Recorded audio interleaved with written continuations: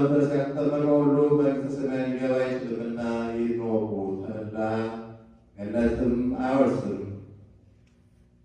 ከዋና ከመንፈስ ያልተወለደው ሁሉ እንደናንተ ሁሉ ወንድሜ ጓደኛ ያለው፣ ዳግመኛም አባቴ እንደናንተ ልጁ አያደርገውም። ከዋና ከመንፈስ ያልተወለደ ሁሉ ወራሽ ሊሆን አይገባውም። በሐዲስ ጥምቀት የሚወለደው ሕዝብ ቃል ሊቆጠር አይችልም። ከዋና ከመንፈስ ቅዱስ ያልተወለደ የተናወጠ የሚያይ አይገባውም። ከዋና ከመንፈስ ልጅነትን ካላገኘ አገልጋይ ሊባል አይገባውም። ማንም ከዋና ከመንፈስ ካልተወለደ ወደ አዲሱ የሰርግ ቤት ሊገባ አይቻለው። ማንም ከዋና ከመንፈስ ያልተወለደ ሁሉ የወንጌል ሰባኪ ሊሆን አይችልም።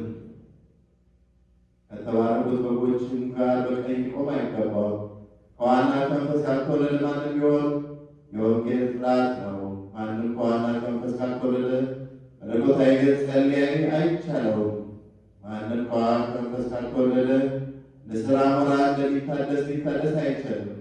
ማንም ከዋና ከመንፈስ ካልተወለደ ወደ ገሃነም ይጣላል። በእግዚአብሔር መንግሥት የውሃ በግ አይባልም። የተቀደሰው ስሜ ጥላት እንጂ ወዳጅ ሊባል አይቻልም። ምቹና የተደራጀ ቦታ ሊያገኝ አይቻለውም። ማንም ከውሃ ከመንፈስ ካልተወለደ ከእኔ ጋር ሊኖር አይችልም።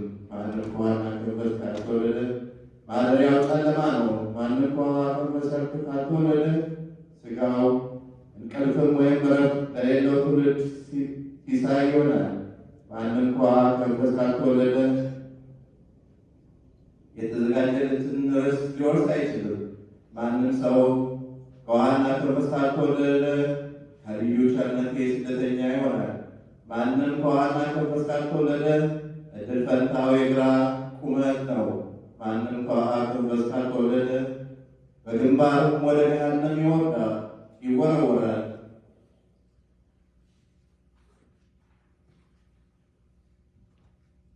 ክብር ምስጋና ለእሱ ይግባውና ጌታችን ኢየሱስ ክርስቶስ ለቅዱስ ደቀ መዛሙርቱ ለንጹሐን ሐዋርያቶቹ ስለ ጥምቀት ሥርዓት ይህን አስተማራቸው።